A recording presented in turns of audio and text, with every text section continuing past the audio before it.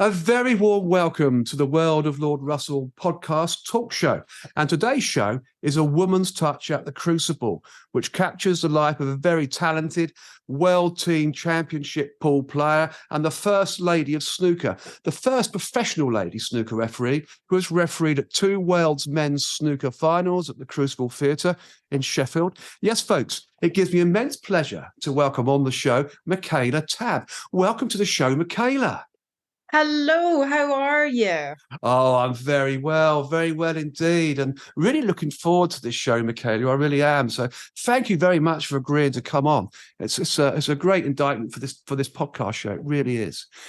So you started playing competitive blackball, I believe, in 1991 at the tender age of 23. The following year, you were selected to play on the Scottish ladies pool team. So, Michaela, that's some start to your pool career, isn't it? Within a year, you're playing for Scotland.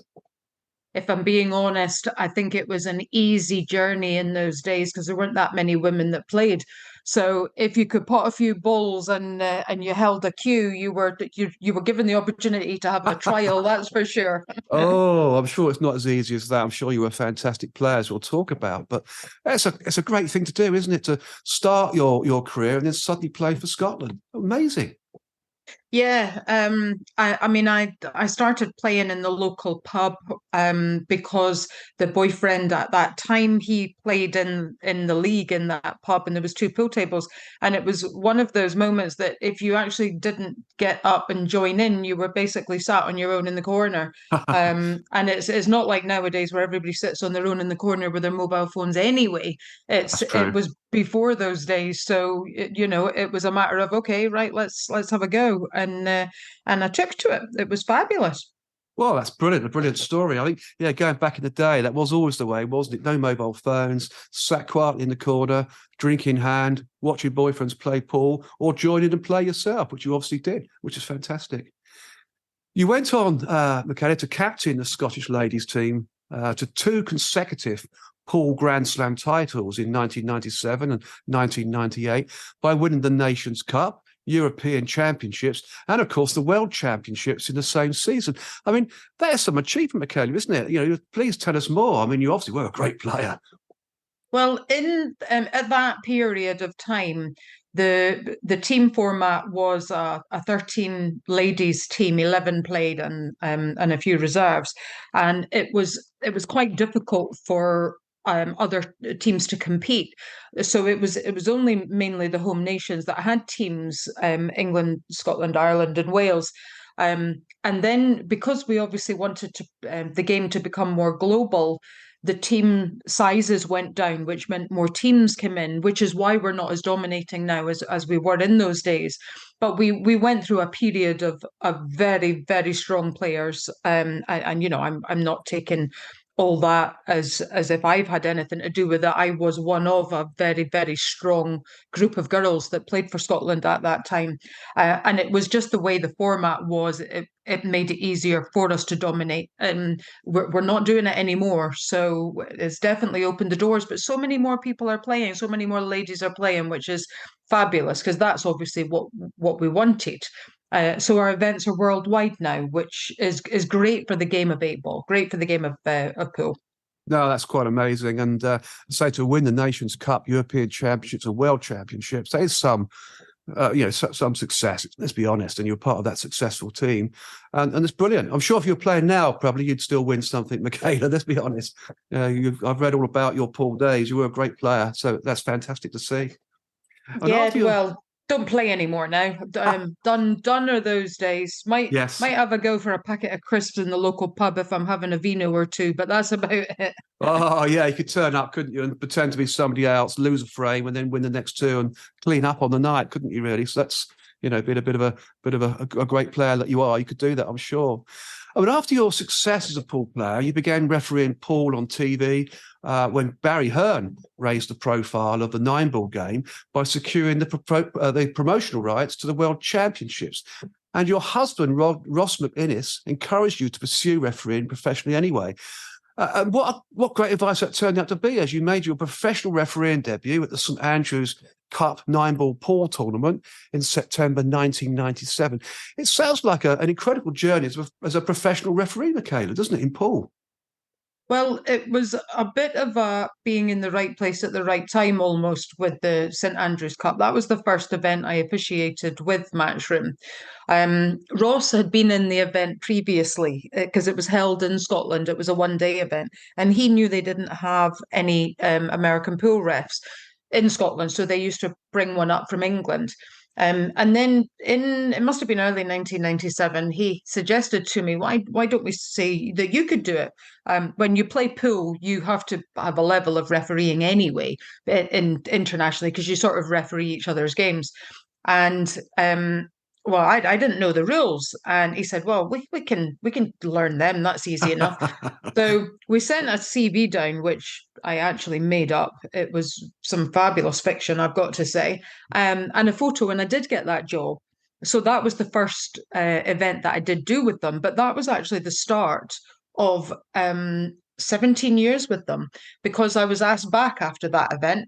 I couldn't do the Mosconi Cup in 97, which I was asked to do, but I was then asked to do an event that they ran mid 1998, and that was it. That's basically the rest is history. I was with them for the next 17 years, and through that, World Snooker saw that there was a female out there professionally reffing on Yes, we'll live come on to TV, that.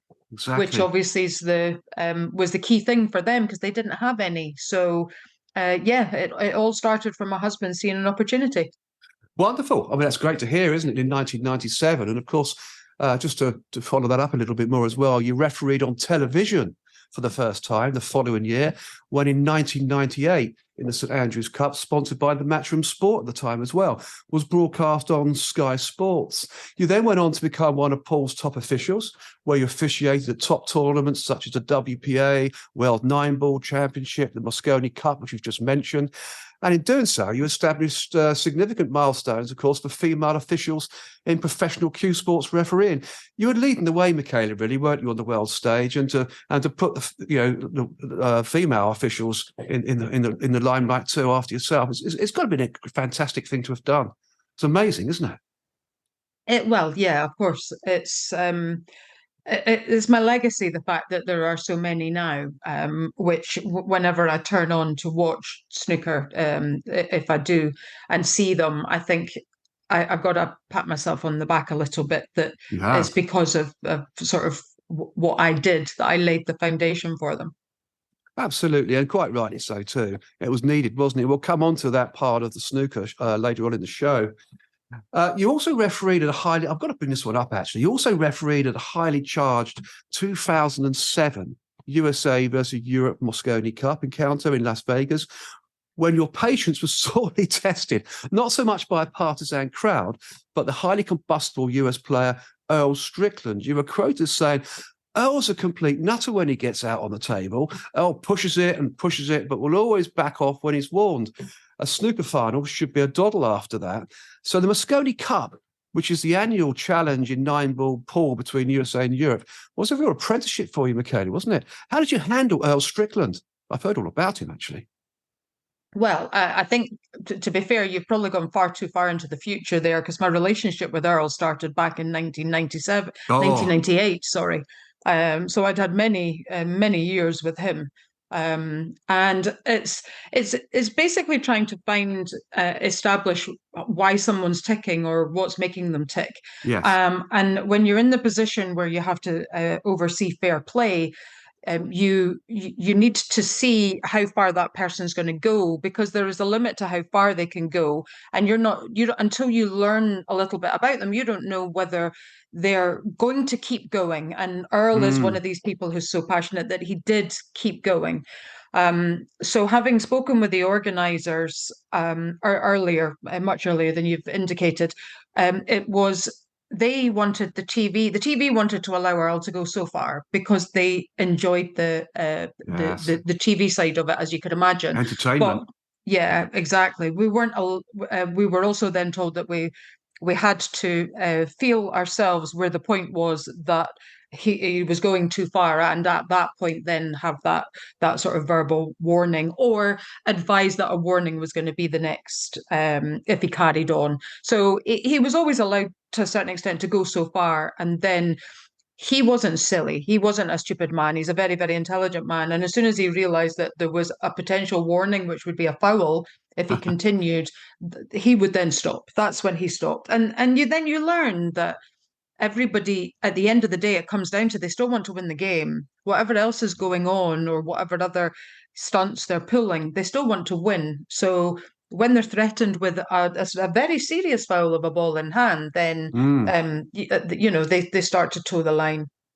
Brilliant, which obviously Earl Strickland did in the end. But yeah, I can understand the process there, that the organisers and TV wanted to see this action because it sells the programme, doesn't it? It makes it entertaining.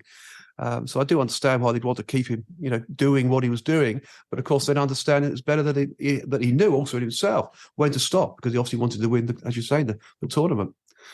And those efficient handling of big matches saw you fast-tracked into snooker in 2001, when I think Jim McKenzie, then chief executive of the World Professional Billiards and Snooker Association, recruited you to referee snooker events in 2001, stating he wanted to change the dowdy all-male image of snooker referees, and quite rightly so. And incredibly, you were exempted from the customary 5-year refereeing apprenticeship, qualifying as a Class 3 snooker referee in September 2001.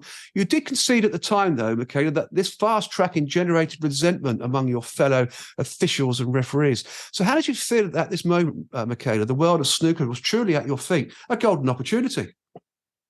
Well, it wasn't at my feet. I was just being given an opportunity, as you said. Yes, absolutely. At that point, we had no idea whether I was going to be successful or literally fall on my arse.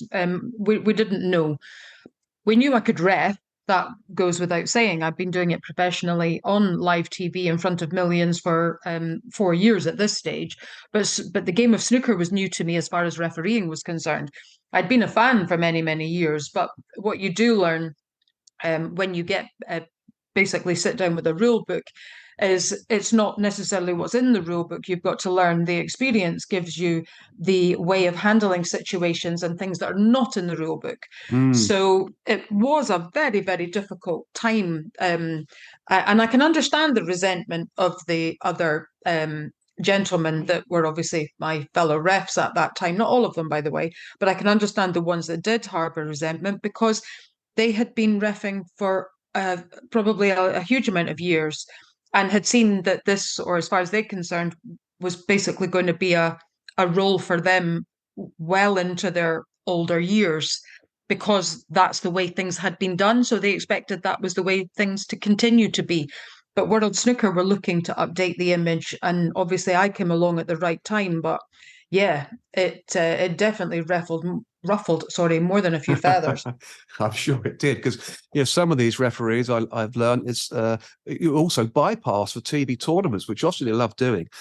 But you quickly proved that you were up to the job, and you stated, and I quote again, snooker is a very male dominated, but I feel like I'm just another ref now, which is as it should be, and quite rightly so. I mean, were there any moments of resentment to you personally, Michaela? Do you remember any situations that were directed at you personally? Not that were like intentional. I never felt that anybody intentionally kind of said anything like that. But when I'm listening to a commentator on one time when I'm putting a ball back, and I've had to put a touching ball back on TV, and when you listen back and the commentator's going, "Oh, Michaela's got very steady hands. Well, she is a lady, or she is a female," whatever it was he said, Yes. and I won't even say who it is. It's like, what's that got to do with it? That kind of comment is I didn't like. At the end of the day, I'm a ref. You are. So, being singled out as having steady hands because I'm a female, I mean, really? How did that qualify me? Childish. Yeah, it's really quite crazy, isn't it? I mean, you say also you learned things outside of outside the rule book. I mean, is there any particular areas of you've learned that aren't in the rule book that you could share with us, Michaela? Well, I'll give you one, for instance. So my very first game that I reffed at a professional level. So to understand, when I started with the World Snooker, I was refereeing what they call the Challenge Tour, which Yes. was the tour beneath the professional main tour. And players at the end of the year, based on their rankings, would springboard onto the main tour. So I did. Well, this was 2002, so I probably did 9 months or so on that before I was asked to come along to the Welsh Open down in Cardiff. And I had James Watana and Ken Doherty, and it was in a booth. I wasn't anywhere near a TV table at this stage, but it was my first professional game. And there was a situation where there had been a foul, and I had to judge a free ball. And I judged it, and the player asked for a second opinion. Well, of course, that was like, oh my gosh, what am I supposed to do? Apart from which, I was in a situation in this arena that I'd never been in before. I didn't know where to even find anybody who was in a position to give a second opinion. But I managed to flag down Lawrence Annandale, who was the head Yeah. of referees at that point, and he came into the arena and he gave a second opinion, and he said it was a free ball. I had said it wasn't. And this was before the interval, and I went in into the referee's room at the interval and was visibly upset because obviously I felt as if I'd not been made a fool of, because I wasn't looking for my decision to necessarily be right, but it was the fact that I didn't have the correct tools to know how to judge a free ball. Yes. Because it's not the rules tell you how to judge it, but that's not enough. And then I'll never forget, because Irian Williams was in there. He could see I was visibly upset and asked what had happened, and I explained. And he went, "Oh my goodness, this is what you do." And he grabbed a set of balls and he took them out and he set them up.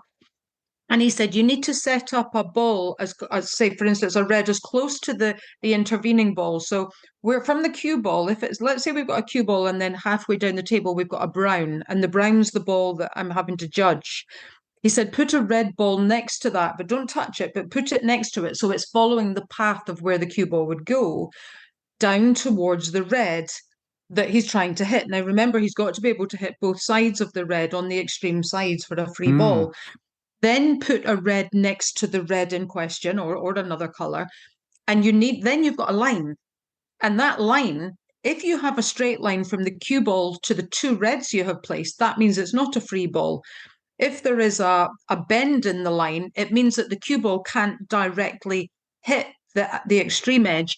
I know this on radio, this is going to sound ridiculous, but if I could visibly show you what it was, is this isn't in the rule book.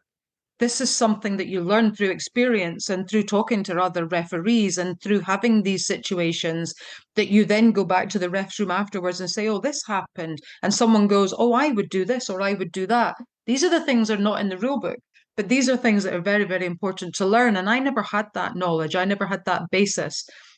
All I had was a rule book. That was it.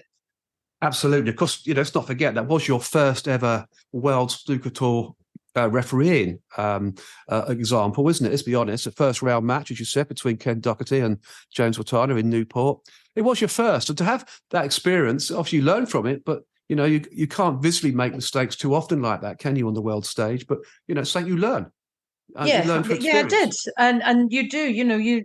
It was important to me. That was the problem, though. I was actually learning on the job, whereas you can understand the gentlemen that had an issue with me being brought in. They'd spent years Of course they building had. up for where I had walked in, so they had all this experience off camera, possibly in a hole, a snooker hole somewhere with nobody watching type of scenario. Everything I was learning was on the stage, visible to everybody. And it wasn't difficult if they realized it was the female ref that had got it wrong or was making a mistake. But what that did was it made me work so much harder. I felt as if I gave so much more because I had to try harder not to make mistakes. But actually, that wasn't a bad way of going to the table as standard practice, because it meant that I was putting more in and therefore doing a very, very good job over a period of time. Obviously, you learn these things, but I was doing the best I could do every time, as opposed to sometimes having a good day, sometimes having a bad day. I felt as if I had to have a good day every day. Absolutely, quite rightly said too. And of course, you did the right thing, Michaela, by the sounds of it. You asked for a second opinion. I mean, if you don't know, that's a good thing to do, isn't it? Make that call. Well, yeah. Now I wouldn't have allowed that, obviously, Mm, because I would make a judgment and I would make it to the best of my ability. But even I knew at that stage that I didn't know it was right or wrong. And the fact that the player, I gave my opinion of what I thought, but the fact that the player questioned it, that tells you that it possibly wasn't right. yes, And I wasn't, I wasn't going to stand there and go, no, my decision's final, because I didn't necessarily, I believe the player, if he's questioning me, and especially the two players that I had, they mm, had to have reason to question. So, should have I called them over? I probably should have been in a better position where I had more experience, but they wanted the fast track program, and that's what it was all about. It was, to a certain extent, I had no choice but to experience these things actually on the live stage. absolutely right. Absolutely right. Of course, this is snooker, a gentleman's game. It's not football where referees get questioned for every incident. So if a player does question, it's probably questioned for the right reason. So yeah, great Yeah. learning curve. But it didn't stop you. You then became the first woman in history to referee a ranking tournament final at the 2007 Welsh Open between Andrew Higginson and Neil Robertson, which Neil won 9-8. You were rising through the ranks, Michaela, which is brilliant, really. So that instant in 2001 didn't stop you at all. How did you feel at the time? And any great memories of that 2007 final, your first refereeing appearance? It was absolutely wonderful. Ah, I really couldn't have asked for two better players, and what a match. The match was incredible. ah, And they're so lovely, which obviously helped. It's a different type of pressure situation, as I'm sure people could understand if I'd had like Ronnie O'Sullivan and John Higgins or Stephen Hendry. I had two at that point probably lower ranked players, but guys that I had spent reffing in cubicles as part of the journey through my reffing career up until that point that I felt comfortable with. They loved the fact that they were in my first final, which was lovely. For them to say that to me was so, so nice as well. oh, beautiful, yes. It really was. I've got such huge fond memories of that final. It was everything I wanted and needed it to be able to continue the stepping stone to obviously some more prestigious finals, shall we say. Of course, which we'll talk about a bit later, of course, on the show. Because snooker it's full of lovely people, isn't it? I've known quite a few players, and of course yourself, and they're great people, aren't they? Really, you very rarely get players that cause problems really within these championships and within these tournaments. Oh, they're quite supportive, I guess, too, aren't they? Have you found that a lot of players are supportive with you, Michaela, when you're making tough decisions? Absolutely, yeah, absolutely. I think what people maybe don't realize is they're all the players are human. Correct. They're normal Joe Blogs like us, if you like. And th okay, they've got a job to do at the table, as have I got a job to do when I'm at the table. But away from that, they're all fabulous, absolutely fabulous. I don't think I came across anybody that I disliked, and that's actually quite unusual. I'm not saying that I dislike a lot of people, but normally you find somebody that you think, oh, I can't stand this person or whatever. But no, I can honestly say I never came across anybody that I can remember anyway, and I'm sure I would remember them if I didn't like them for some. There would be a Absolutely. reason. Oh, I'm sure you would too. And in fact, in December, I've got our mutual friend, 7 times world champion or 6 times world champion, Steve Davis, on the show in the back end of just before Christmas, in fact, 20th of December. So, Oh, you'll have an absolute ball with Steve, by the way. oh, Your yes. script will not last for 5 minutes because he'll take you off in directions you never knew. Oh, yes, I know. He's a great fellow. When I talk to Steve, we have some wonderful conversations. It's brilliant. So the show will be good. He's a great man, is Steve Davis, I have to say. A lot of time for him. And of Yeah. course, every snooker referee's nightmare is dropping the pink and Mr. Cluster of Reds. Did this ever cross your mind, Michaela, when you were at the table? I mean, you once stated, and I'll quote again, I'm great with my quotes, by the way, I could do without a delicate respotting job in the first frame before I've settled down. So I take it this has never happened to you, has it, Michaela, or has it? I can't remember dropping it and it going into the Reds. I actually remember that game. I clearly remember that game you're talking about. It was Yeah, in the brilliant. in the Crucible. Yes. And it was Ryan Day and John Higgins. And I had, at one point, I had to respot a pink in the pack. And then it was like the next frame, I had to actually do the same thing again. And I hadn't settled. And the Crucible is such a, it is so much like a gladiatorial ring. You really It do is. feel as if you're down there in the lion's pit, if you like. And you do take a couple of frames to settle, but also because it's not a normal environment for a referee. You can't stand in the places you normally want to stand because the arena is so small with the Mm. two table setup. So it does take you a little while to settle. And these two respots literally happened within the first two frames. And I remember saying that, and they were absolutely great about it, the boys. But I was like, your hands are shaking and you're trying to gently maneuver this pink into that gap that, of course, only one ball can go. It's not as if there's enough space, and they don't like to make it easy and have room that you could have put two balls. You're literally got Absolutely. millimeters to spare. But I remember that very clearly. It was a Brilliant. fabulous match. Indeed, it would have been. And of course, the players would have been watching you too to make sure that they weren't going to lose out on any, positional play or, it wasn't going to go against them. And then, of course, you've got the crowd eagerly watching you. And at the Crucible, it's quite an unforgiving crowd in a way, isn't it? And then you've got all the cameras, the world cameras, focusing on That's everything. what people don't realize. As a ref, you're only ever going to try and do the right decision, give the correct result, because especially in that type of environment, there are so many cameras. Mm. You don't know if they picked something up or not, and you don't know whether they're using the overhead or the floor cameras or the side cameras. You've got no idea. You're under so much scrutiny. It's so it's not difficult, but nothing will be missed. So if you do make a mistake, Absolutely. one of those cameras will have caught it. You will not be able to think, maybe I got away with that one. Absolutely. And it's, of course, worldwide, isn't it? So it's not just the UK. It's a worldwide, tournament that's going out across the world from all cameras. Absolutely. So you are literally under the spotlight. And of course, if a mistake's made, it's going to get scrutinized. And between the breaks, it'll be talked about by whoever's in the snooker room there doing the commentary and so on, the advisory stuff. It's going to get talked about and go on and on and on. End up in the papers, pictures will be taken. It's unforgiving, isn't it? It really is. I Yeah, can very really much see so. that. Brilliant, though. Good experience. Wish I could do it, but there we are. It's a tough. I'm sure it's a tough time, tough game to play as a snooker referee. I'm sure, particularly in those big championship matches. I mean, Yeah, absolutely. yeah, I remember someone said to me early doors that it's a very, very difficult job to do because you're always expected to be right and you you don't get any are. thanks for that. But if you're wrong, everybody is on you.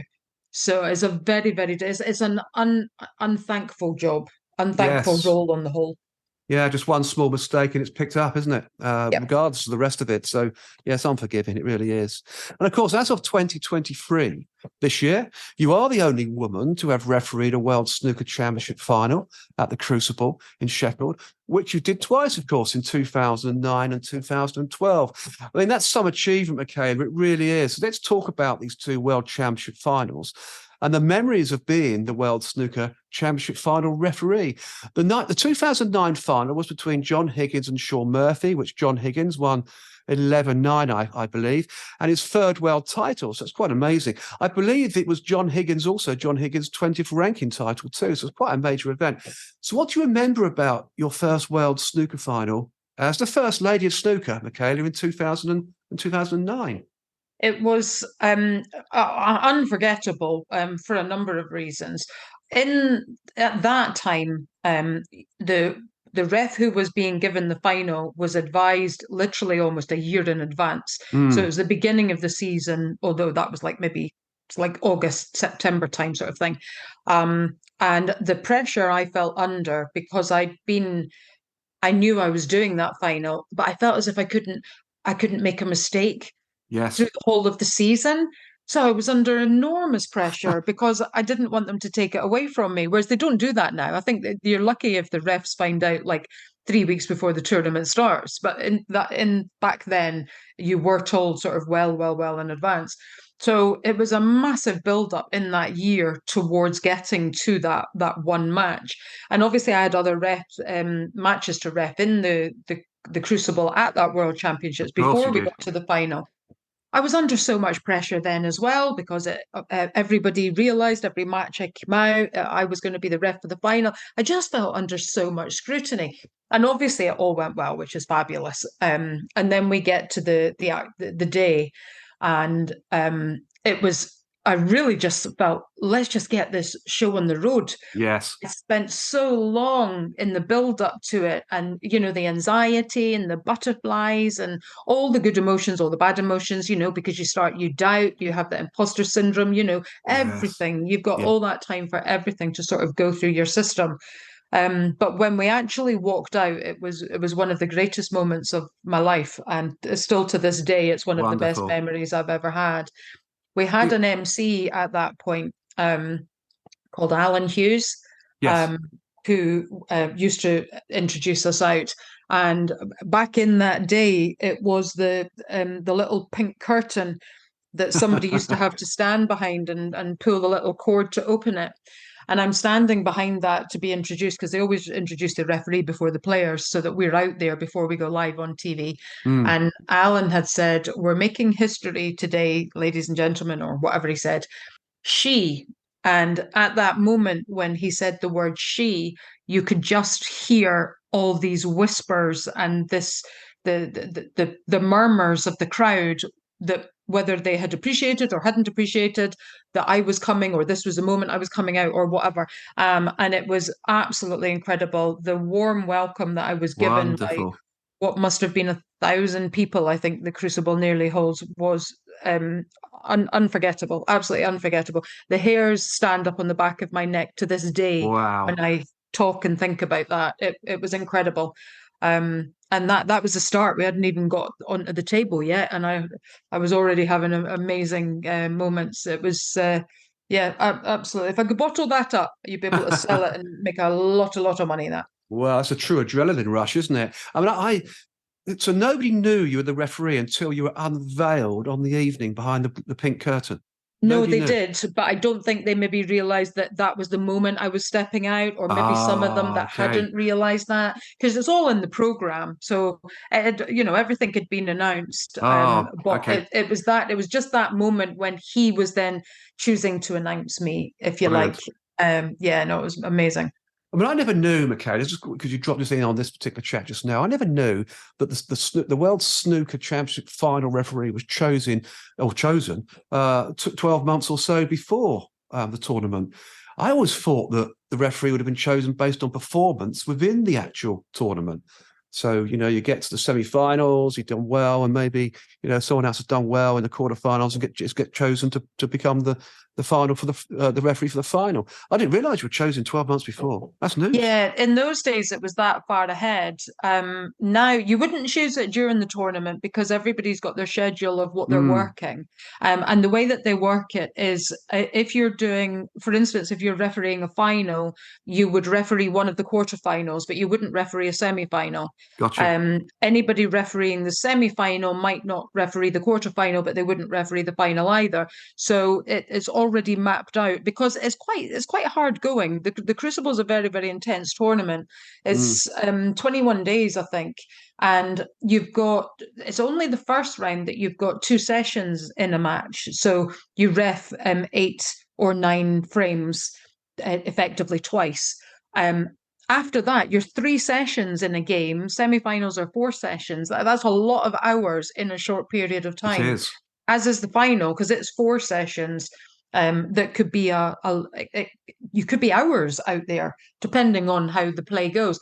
I was very fortunate. I mean, Sean won't have been happy, obviously, because it was a little bit one-sided. But from my point of view, as it being my first final, I was relatively fortunate that it was a bit one-sided. I can't remember. Was it 17-9, did you say? It was no, it was 18-9. First to 18, was 18-9, to right. 18-9. Yeah, he won. So it was a bit Um, one-sided, wasn't it? 2 frames to yeah, one. but it meant it was an early finish. It So did. yeah, I can't say I didn't enjoy that, really. No, they sort of get to the third session. Didn't get to the fourth session, did it? No, it did, yeah. Oh, it did. But we weren't long into the fourth session. I think we maybe only did 2 or 3 frames in the third session. Oh, okay. It finished before the interval. I remember that. And then what has to happen then if something finishes in a session and there's nothing else, like in a final, there's nothing else, World Snooker then have to put on an exhibition or a show for like after the interval because people have paid money for their tickets. So I finished in before the interval, and that was my work finished. I didn't have to go back out and be part of the exhibition because I had obviously wrecked the final. So they allowed me not to have to do that, which was very kind of them. Very kind indeed. And of course, just a few years later, 2012 final was the year when Ronnie O'Sullivan won his 4th world title at the time by defeating Ali Carter 18-11 in the final. Aged 36 at the time, Ronnie O'Sullivan, and at that time becoming the oldest world champion since 45-year-old Ray Reardon had last won in 1978. But of course, Ronnie has won since gone on to win further, world championships, up to 7 world snooker championships now. Last year in 2022. So definitely the oldest player now to claim the snooker world championships title. So what sticks out in your memory, Michaela, in the 2012 world snooker final? And of course, any interesting moments as the referee? After all, it was Ronnie O'Sullivan. Brilliant, isn't he? What a player! What a man! Yeah, I'm kind of glad he wasn't in my first final, if I'm being honest, because that was such a big moment for me. And Ronnie's not the easiest person to ref for a number of different reasons. Obviously, his speed can be challenging, but it's the little things people don't realize. Like he's ambidextrous, so you get yourself into a position around the table because you think he's going to cue over a ball, and you want to be there to make sure that he doesn't touch that ball, and he switches hand, and so you're completely on the wrong foot now because you're in the wrong place. Yes. Or where you're not where you want to be. So more of a challenging player, but to have him in my second final was incredible. And I have a lot of time for Ali Carter, an awful lot of time for him as well. But this final was the absolute opposite of my first one. My first one, everything went beautifully. There was no particularly long frames. I wasn't pushed particularly as far as like long sessions or anything. That final, my second final, oh my goodness, they just dug in. The pair of them just dug in. Wow. It wasn't like anybody was running off doing lovely centuries every second frame or anything. There was hard graft, an awful lot of hard graft. Over 2 days, I can't remember if it was the first day or the second day. I didn't even get to leave the Crucible between sessions. I didn't have any time. I basically went down to the ref's room, took my boots off. My mum went out and got me some lunch, a sandwich or something at Marks and Spencer's, yes, and brought it back so I could just sit and rest my feet because I didn't have time to literally leave, go away back to the hotel and come back again. And it must have been the first day because the second day it wasn't too long in the evening. But yeah, it was a much harder game, and nothing in the game particularly, but just a lot more safety, a lot more battling, as opposed to breaking and I want to say break and dish, but that's more of a pool term. You know what I mean? Yeah, not. Okay. If the players get up and do 4 lovely breaks over 70 in the first 4 frames, you've not done anything. All you've done is put balls back on the spot. Whereas when you're in a position where that's not happening, you're having to keep marking the cue ball. So you're mentally more engaged in the game. It's mentally exhausting as well as the longer frames, which is physically exhausting. So it was a much tougher final, but obviously a fabulous final as well, but a much tougher final than my first one. Absolutely. And I can remember working with Ronnie O'Sullivan. I think back in 2016, I organised and put on the 11:30 series event in Peterborough.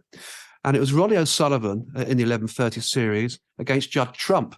And I think Ronnie was 2-1 down on the 2 previous events. So he came to Peterborough needing to win. And he came in and he was at the practice table. I had a good chat with Ronnie and he was really on fire. And of course, Ronnie absolutely crucified Judd Trump 6-0 at the best of 11. And of course, the shot clock was 30 seconds. So it's fast snooker, 2 great players to play fast snooker, Ronnie O'Sullivan and Judd Trump. They're probably the fastest 2 players on the circuit today, aren't they, Michaela? And of course, we had a fabulous referee, Jan Verhaast, a big tall Dutchman refereeing. And he did a remarkable job because that was really quick play. And you've got to The idea, I know the player can't play the stroke until you finish spotting the ball, and Yes, when when you've got to do that. But you really, as a ref, you need to move at the pace of the player.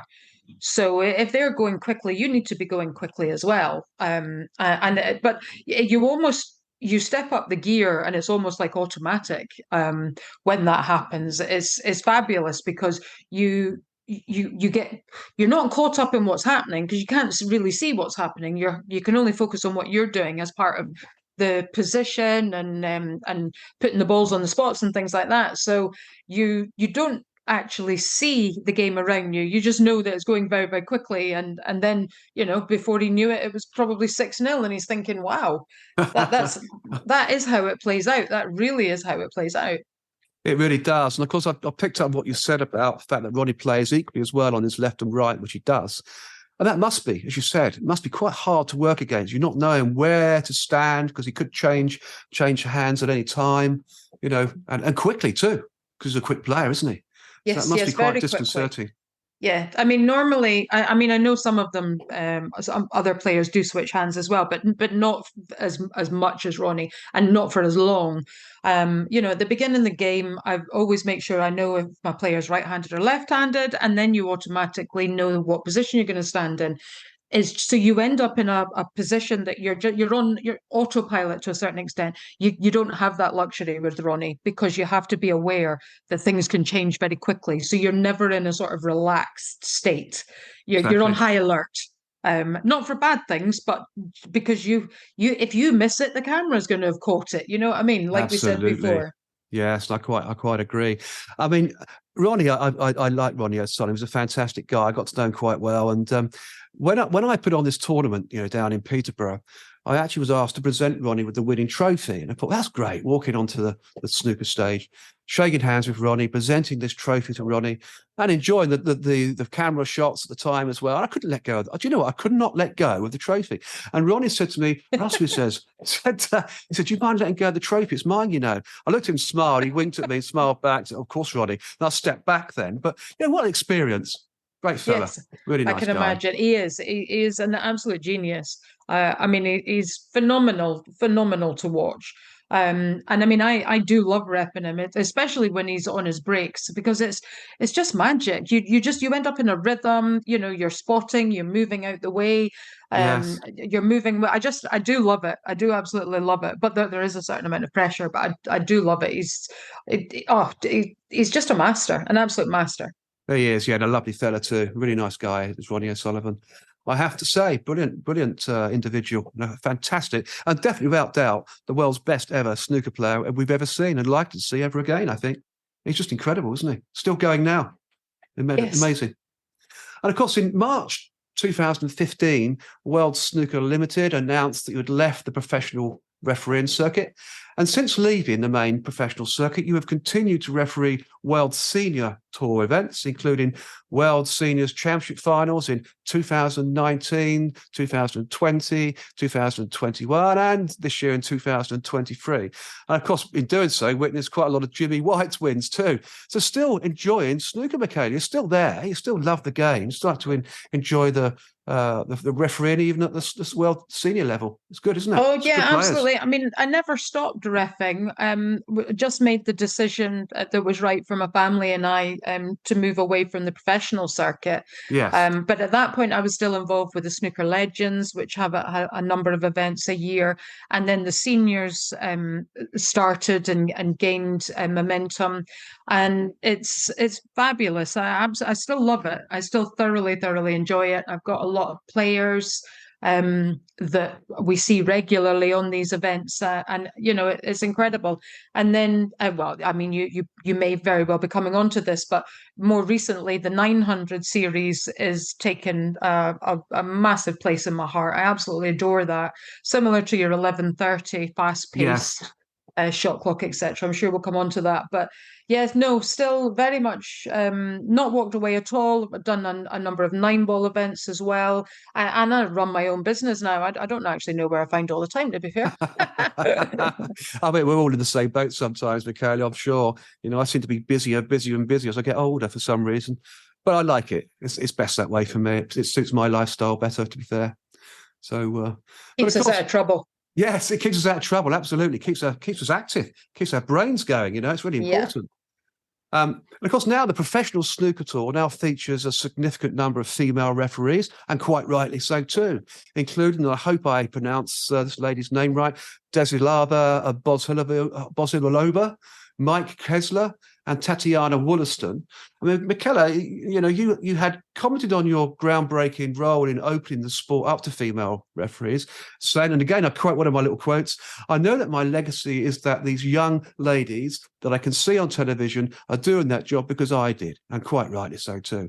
But it's some legacy you've created, haven't you, within the professional snooker tour, Michaela? It's a wonderful legacy. Yeah, absolutely. I mean, it is just fantastic to see. And at the time when I started, I had no idea that this was what was going to happen.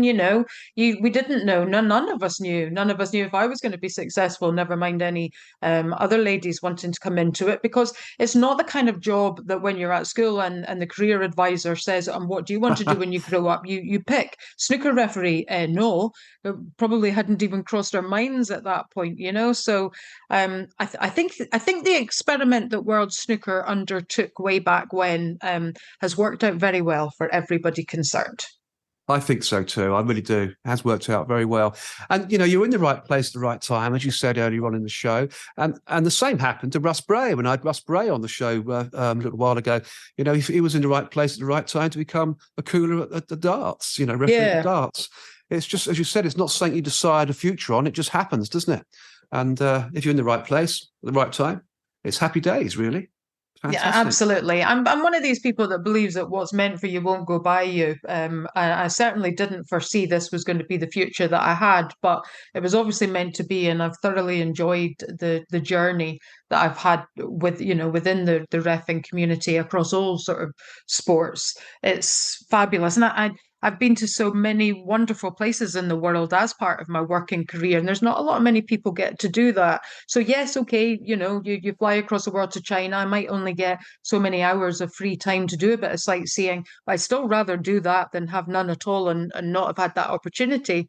So you've been very, very blessed, very blessed. Yeah, you get to see some wonderful places in the world, don't you, on your travels, which is great. And of course, getting to know the players perfectly well too, because you're working with them all in every tournament, pretty much. It must be a quite nice, tight-knit community, really. It's snooker, mustn't it? A bit like darts, very, very personal and nice to be part of. Yes, absolutely. And of course, in 2017, you became the head referee on the World Pool Series. So blending your time in both snooker and pool. So that's an interesting story too, isn't it, Michaela? I mean, you're doing the pool, you're doing the snooker. I mean, tell us more about this. How do you fit all this in?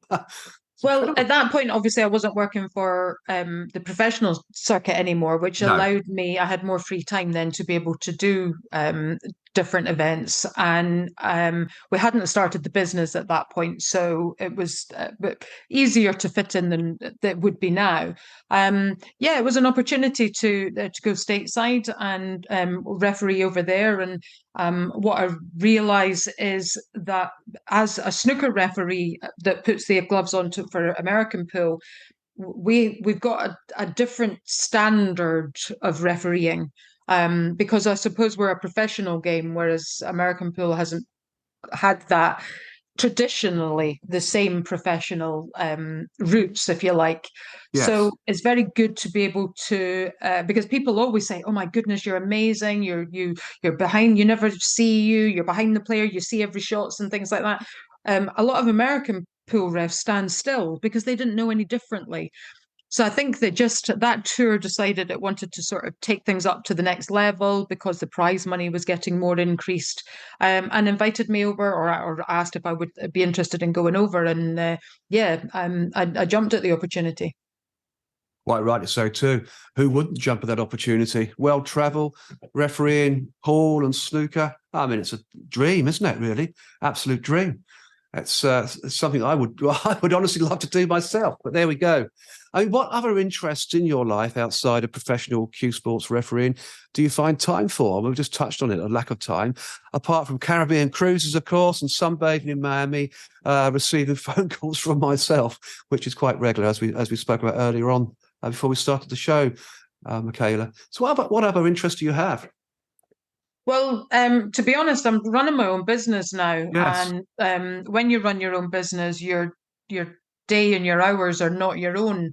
I mean, quite interestingly, it came back to English pool, which is obviously where I started as a player. Yes. My husband came up with the idea of launching our own pool table, English pool table, That's a good idea. which we did under the banner of Black Ball tables, because he, as a multiple former world champion, wanted to create a table to the best of his ability with different points on it that he felt were important to make the sort of best tournament table that there could be. So we did. He approached a local manufacturer in England who agreed and could see the positive aspects of going on that journey with us, and so we launched that in 2018. We started off only with the pool tables, but it quickly became apparent. It's quite funny actually, because we had no idea again with this journey where it was going to go. But you sell somebody a pool table, and then they're like, "Well, have you got a brush, or have you got a table cover?" Or things like that, and you're like, okay, no, but I should have that.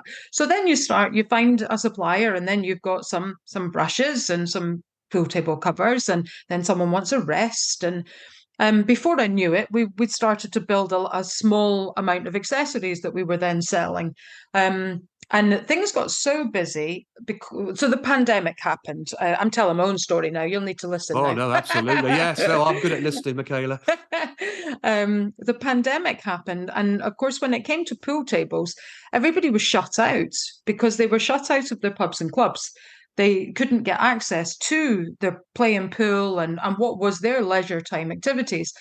And our factory, it wasn't manufacturing to start with, but it went back quite quickly because they were a family-based company and they lived in the same house. So they could go back to work and make tables, albeit on a much smaller scale, but they could make pool tables without breaking the laws because they weren't interacting with anybody that they weren't allowed to. And then I had fitters who were in a position they weren't earning money because obviously everything had stopped happening, who were willing to deliver. So it's like your Amazon drivers, really. So we were advertising pool tables, and all of a sudden, that really put the name and the brand of Black Ball Tables right up there because people wanted pool tables, and Yes. we were able to supply. And I mean, don't get me wrong. I know there was a lot of people went through a lot of horrible times, and there was a lot of tragedies to do with COVID. We were just very fortunate. We were probably one of the smaller success story. So we're very sympathetic to everything and everybody's situation in that, but also thankful for us that we were able to take our business as part of that. Probably like the toilet roll manufacturers and the hand wash, the antiseptic hand wash at the Yes, beginning. indeed. Nobody could get their hands on that, could they? Then hot tubs. Everybody wanted a hot tub. I was in the queue for that as well. Um, but then as a result of that, I needed more help because I couldn't do it all myself. So my son came in full time, and we've actually rebranded. We're now called On Q World online. That's our retail arm. But we sell everything now: Oh, cues, brilliant. cases, chalk, cloth, gloves, chalk holders, anything to do with snooker, pool, any cue sport, accessories, tables, you name it. It's fantastic. So time is not my own, and I don't have a lot of free time. That's brilliant. So I'm very pleased then, and that I'm privileged to get your time for the show today. So that's fantastic, isn't it? I mean, we worked together, didn't we, in 2020, just before COVID, when I put on that the Ipswich Legends of Snooker with Steve Davis, Jimmy White, yourself, and John Virgo. And that was a great night in Ipswich, wasn't it? The Ipswich Corn Exchange. I do Yeah, that remember. was absolutely fabulous. A What a beautiful night. venue. It was, wasn't it? And it was. I mean, they'd put on snooker tournaments there before, but it subsequently stopped over the years. So to go back there and put this event on for me was just a really good thing to do. I had a great audience too. It was quite hypnotic, wasn't it? Really, it's a lovely, I think lovely evening of snooker. the audience in this situation, this was how Snooker Legends was successful, Mm, similarly to what you did there. it's bringing back the legends of the game to people who can't see them anymore, Exactly. because these were the people they grew up watching on TV, but they're not playing anymore now, so they're not as visible. But to be able to go and see them in a social environment with some fun and some jokes, and actually see Steve Davis as the real Steve Davis, because Yes. Steve Davis is actually hilarious, but Oh, you he is. wouldn't know that from watching him on TV sort of back in the 80s. So the audiences always seem to thoroughly enjoy these evenings because they come away having received more than they expected to, but also seen their heroes and enjoy some snooker, which they're all fans of anyway. And heroes they are too. I can remember on the evening of that event in Ipswich, Steve Davis came up to me and said, Russell, he said, can I borrow your headphones and microphone? I said, yeah, of course. So I handed it over to Steve and off he went to the table and then proceeded to talk through every shot, what was going on, making jokes. I mean, the crowd were mesmerised by it. I mean, this is Steve Davis, isn't it? You know, this is the true Steve Davis, which we love and know. A great character, a really good character. Yeah, he's incredible. He's one of the only people when I'm reffing that well, the worst place you can be is in somewhere where you're doing an exhibition, for instance, and you've got a manual scoreboard. So for a ref with a manual scoreboard, it's the hardest reffing you can do, because you've got to keep the score in your head and you've got to be able to add that quickly onto your scoreboard. But you've also got to be able to figure out what the current score is, plus the score on the board. Do they need snookers? Do you call a foul and a miss, etc., etc.? But aside from that, he's the person that he might be on a break. Let's say, I don't know, he gets to 26, then he'll start telling a story. Yeah, he will. Well, you end up just mesmerized. You're listening and hanging up every word because he's so entertaining. And then he'll just suddenly go, "What was I on, Michaela?" And I'm like, "I haven't got a bloody clue." Yeah, exactly. I've lost myself here. What's going on? You've completely lost it. And then hopefully somebody's remembered, because you do. You just get caught up in just listening, as if I was a fan. You're just listening, you know. He's just absolutely fabulous. Really, those kind of nights are absolutely amazing. But yeah, Steve knocks me off my game. I think he knocks most people off their game, actually. He did when he was the great professional in the game many years ago, wasn't he? Winning everything pretty much that came around. Absolutely. Fantastic character, really is. And of course, that was on that tournament in Ipswich was on February 29th. It was a leap year. A few days later, I left to go back to Mexico and COVID hit, lockdown. I mean, crikey, if that had happened a week earlier, I'd have lost that show. That would have been shut down. I hadn't realised you were the last one before that. Yes. All the investment, revenue, planning would have all gone up in smoke because, you know, people would have wanted their money back and it would have been awful.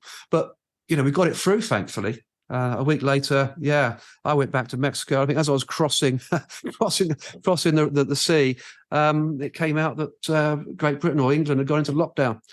Thought, well, I'm not going back. So I stayed out in Mexico for 2 years and then came back January last year. But of course, it's all changed, isn't it now? It's so different. It really is. Yeah, I feel a few people are different now. Things have definitely changed. I think people are more aware of their own personal space now. Oh, definitely. You know, before that, everybody was quite touchy-feely, and where I mean, I know I feel I step back from people now, and you just do. You're just much more aware of not cleanliness as such, but just your own space. It's your just like, space. no, this is my space. Just that's your space, as they say in the movie Dirty Dancing. This is my space. Absolutely right. People have got aware of it, haven't they? To be honest, so it is a different world now. And you know, for me as a part-time event organizer, promoter, putting on shows like the Ipswich Legends of Snooker is going to be quite difficult moving forward. I think selling tickets is harder these days too. I don't think you got the audience capture so much as you used to have before COVID. I've seen this going on in various events that I've seen other people do. You know, empty audiences, not selling out. It's quite sad. But people still want to go to the big events, don't they? The professional big events. They'll still go to those. I think there's just so many events now. Whereas, you know, a few years ago, pre-COVID, these events were more of people had never seen them. And it was something different, whereas there's so many now that are getting put on because everybody's jumped on the bandwagon, haven't they? That they're spoilt for choice.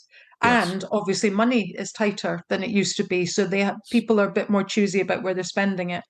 It certainly is. We've got Christmas coming up as well now, haven't we? And just around the corner. It gets leaps and bounds. The years just disappear. Yeah, and the economy is just awful, isn't it, for everybody right now? I'm sure. I know I suffer with it. I'm sure you do as well, Michaela. And a lot of people I know are suffering. It's a bad time, and we just hope that the economy recovers sooner rather than later. Absolutely, yeah. Really do. So it's tough out there for everybody, sadly. But I've just looked at the clock, as I always do, and we're over the hour. I know you've got a hard stop time as well, because you've got to get out at a certain, in about 45 minutes' time. So, I mean, it's great having you on the show, Michaela. It really is. It's been a really enjoyable chat, I have to say. A fantastic recording. So it's going to be a fantastic production, which I'll get out later on today. So, as always, as I say, I'm going to sort of try and wrap up if I can, Michaela, if that's okay. As always, on the World of Lord Russell podcast talk show, we could talk forever, and I know we could, Michaela. There's so much more we could talk about your life in pool and snooker, and of course, your life as the first lady professional snooker referee. So thank you, Michaela, for coming onto the show and talking about your professional life in pool as a player and referee, and on the World Snooker stage as one of snooker's top referees, where you refereed at all the top snooker events worldwide. It's been a huge pleasure as always, and as always, the pleasure is all mine. And of course, the show's audience, when this podcast is released onto the World of Lord Russell podcast talk show. Thank you for Michaela. Ladies and gentlemen, I give you Michaela Tabb. There's a huge round of applause going on around us, Michaela. Thank you very much for coming on to the show. It's been an amazing experience, and I've enjoyed the conversation. I really have, and I hope you have too. Absolutely. I love these things. You always end up talking about things that you've forgotten about and going Absolutely. in different directions. Yeah, it was amazing. No, it's great. And it'd be a great recording too. Stay on for a few seconds. I'll just wrap up, okay? Have a quick chat, and then you can go off to your other event. So the next episode on the World of Lord Russell podcast talk show is how to build a career in football scouting, where my special guest will be Bruno Costa, the head of scouting and players recruitment for MLS team San Jose Earthquakes in the United States. As a Brazilian, football has been like a religion to Bruno Costa, as you can imagine, and a sport Bruno has played and worked in most of his life. Bruno Costa has worked as a head scout for Brazil's national youth teams, and in doing so, scouted world-class players like Neymar Jr., Philippe Coutinho, Gabriel Jesus, and Willian, to name but a few. And now is helping the Quakes in the MLS to find talent. And of course, I'm looking forward to seeing you all on the inside. So until then, it's au revoir from her and au revoir from me.